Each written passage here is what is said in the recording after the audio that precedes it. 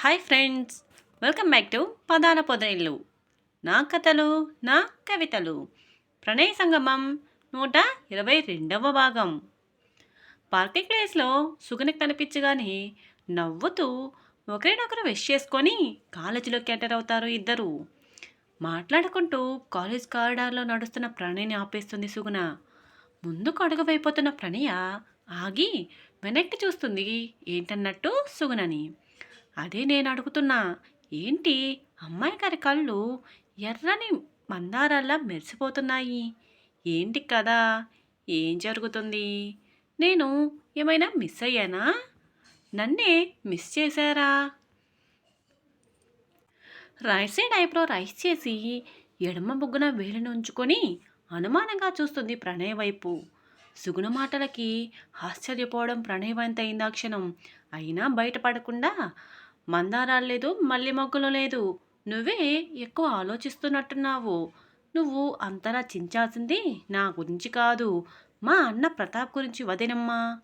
సుగుణ బుగ్గలకేసి ముద్దుగా సాగదీస్తూ అన్నగారిని గుర్తు చేస్తుంది ప్రణయ. అలా అయినా తనని క్వశ్చన్ చేయడం మానుతుందని. ప్రణయ అనుకున్నట్టే ప్రతాప్ పేరు వినగానే బొద్దుగా ఉండే సుగుణ బుగ్గలు కెంపు వర్ణాన్ని అద్దుకున్నాయి. అది చూసిన ప్రణయ తన స్నేహితురాల్ని మరింత హఠపట్టిస్తూ, నేనేదో మిస్ అయినట్టున్నానే, ఏంటది, చెప్పు చెప్పు అంటూ సుగుణ చుట్టూ చేతిని వేస్తుంది. ప్రణయ్ మాటలకి మరింత సిగ్గుపడుతూ, చాలేవే పద, క్లాస్కి టైం అవుతుందని తొందర చేసి ముందుకి నెడుతుంది సుగుణ. అమ్మయ్యా, తప్పించుకున్నాను. ఇంకాస్త ఉంటే ఏదోటి మాట్లాడి నా చేత నిజం చెప్పించేదేనా వదినా. మెల్లిగా ఊపిరి పీల్చుకుని సుగుణ వెనకే వెళ్ళిపోతుంది ప్రణయ. ప్రతాప్ పోలీస్ ఆఫీసర్తో మీటింగ్లో ఉన్నాడు. సిటీలో జరుగుతున్న పరిణామాల మీద సీరియస్ డిస్కషన్ జరుగుతుంది అక్కడ. చిల్లర రవడిల దొంగతనాలు, పోకరి కులాల వేధింపులు ఎక్కువ అవుతున్నాయి ఈ మధ్య సిటీలో. ఇప్పుడు ఇంత అర్జెంట్ మీటింగ్ ఎందుకు అంటే, అక్కడ ఈ ఇన్సిడెంట్ని ఎదుర్కొన్నది ఎవరో కాదు, police high commission family member. అందుకే ఇంత ఇంపార్టెంట్గా డిస్కషన్ చేస్తున్నారు. ఆ విషయం పై ఆఫీసర్ బయటికి చెప్పకపోయినా ప్రతాప్కి విషయం చూచాయిగా అర్థమయ్యింది. ఇది అనుకోవడానికి చిన్న విషయమే అయినా చిల్లర రౌడీల దొంగతనం వల్ల మధ్యతరగతి కుటుంబాలు చాలా ప్రాబ్లమ్ని ఫేస్ చేస్తున్నారు. ఇక పోకురీల గురించి చెప్పక్కర్లేదు. ఇంటి నుండి బయటికి వచ్చిన ప్రతి ఆడపిల్ల స్కూలు, కాలేజ్, జాబ్ ఇలా ప్రతి చోట ఇలాంటి పెదవుల వల్ల మానసికంగా, శారీరకంగా కూడా ఇబ్బంది పడుతున్నారు. అందుకే ప్రతాప్ ఈ విషయాన్ని సీరియస్గా తీసుకుని వీలైనంత వేగంగా సమస్యని మూలాలతో సహా తొలగించాలని నిర్ణయించుకున్నాడు.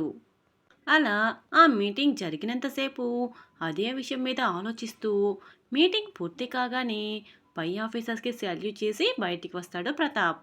బయటికి వచ్చిన ప్రతాప్ ఫోన్ని చేతిలోకి తీసుకోగానే మార్నింగ్ ఎప్పుడో తన ప్రేయస్ నుండి వచ్చిన మెసేజ్ నోటిఫికేషన్స్ చూసి చిన్నగా నవ్వుకుంటూ ఓపెన్ చేసి రిప్లై ఇస్తాడు.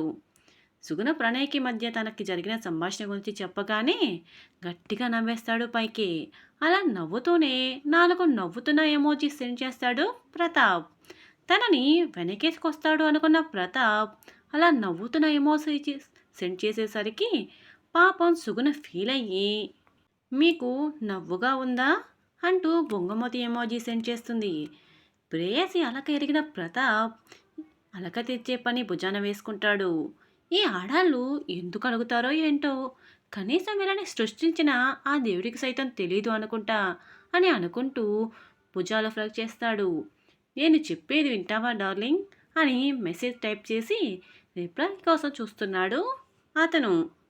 డార్లింగ్ అన్న వర్డ్ చూసిన సుగుణ అలక గాలిలో కలిసిపోగా హా అంటుంది. సరే విను, నా చెల్లి చాలా తెలివైనది తెలుసా. నువ్వు తనని అడిగిన దానికి ఆన్సర్ ఇవ్వకుండానే తిరిగి నిన్నే క్వశ్చన్ చేసి నువ్వు అడిగిన దాని గురించి నువ్వే మర్చిపోయేలా చేసింది. నువ్వు కూడా ఈజీగా డైవర్ట్ అయిపోయావు. ఇప్పుడు చెప్పు, నేను నీకు ఈ విషయం చెప్పే వరకు కూడా నీకు ఆ విషయం తట్టలేదుగా. అందుకే నా చెల్లి తెలివైనది అన్నది. ఇప్పుడైనా ఒప్పుకుంటావా డార్లింగ్ అని మెసేజ్ సెండ్ చేస్తాడు ప్రతాప్. సుగుణ తన ఏమరపాటుకి తల కొట్టుకుంటూ, నో, మీ చెల్లి తెలివైనది కాదు. నా ఫ్రెండ్ చాలా చాలా తెలివైనది, మంచి మనసున్నది అని హగ్ చేసుకున్నట్టున్న ఎమోజీ సెండ్ చేస్తుంది సుగుణ ప్రతాప్కి. అలాగే మేడం సుగుణ గారు, నా చెల్లి కాదు కాదు నీ ఫ్రెండ్ చాలా తెలివైనది సరేనా? ఇక నీ అలక తీరినట్టేనా? ఐప్లింక్ చేస్తూ నాలుకని బయటికి చూపిస్తున్నట్టు ఉండే ఎమోజీ సెండ్ చేస్తాడు చల్లగా వస్తున్న పిల్లగాలిని ఆస్వాదిస్తున్న ప్రతాప్. హమ్, ఇవాటికి పోయినట్టే అంటుంది సుగుణ. అంటే అంటున్న ప్రతాప్ మెసేజ్కి, చాలు చాలు, ఇక నేను క్లాస్లో ఉన్నాను, ఇప్పటికే స్టూడెంట్స్ నన్నే చూస్తున్నారు క్లాస్లో ఫోన్ యూస్ చేస్తున్నందుకు. ఇంకా ఏమైనా మాటలు ఉంటే ఎప్పటిలా అర్ధరాత్రి ముచ్చటిద్దాం కాబోయే మొగుడు గారు అంటూ రెండు చేతులతో ఫేస్ కవర్ చేస్తున్నట్టు ఉండే ఎమోజీ సెండ్ చేసి ఫోన్ని పక్కన పెట్టేస్తుంది సుగుణ.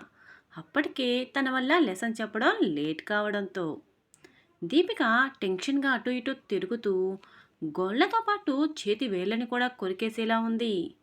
ఇప్పుడు ఏం చేయాలి? ఎలా తప్పించుకోవాలి? చెప్తే నమ్మేలా లేరు. నమ్మడం అటుంచితే ముఖం మీదనే నవ్విపోతారు. అనవసరంగా ఒప్పుకున్నానేమో, ఇలా ఆలోచిస్తూ విశాలమైన తన నోరంలో పచారులు చేస్తుంది. ఇంతలో రూమ్ బయట అలికిడి అయినట్టు అనిపించేసరికి తిరగడం ఆపి డోర్ తీసుకుని లోపలికి వస్తున్న వ్యక్తిని చూసి ఎక్కువ టెన్షన్ పడుతుంది దీపిక. దీపిక రూమ్లోకి వచ్చిన వ్యక్తి ఎవరు? ప్రతాప్ తన ముందున్న ప్రాబ్లంని ఎలా సాల్వ్ చేస్తాడు? వింటూనే ఉండండి ప్రణయ సంగమం. ఇదండి ఈరోజు కథ. ఎలా ఉంది? మీకు నచ్చిందా? ఈ కథ మీకు నచ్చినట్టు అయితే వీడియోని లైక్ చేసి ఈ కథ మీద మీ అభిప్రాయాన్ని కామెంట్ రూపంలో తెలియజేయండి. అలాగే మన పదాల పదలు ఛానల్ని ఇంకా సబ్స్క్రైబ్ చేసుకోవటానికి వాళ్ళు వెంటనే సబ్స్క్రైబ్ చేసుకొని మీ ఫ్రెండ్స్కి అలాగే మీ ఫ్యామిలీ మెంబర్స్కి షేర్ చేయండి. మరొక ఎపిసోడ్లో మళ్ళీ కలుసుకుందాం.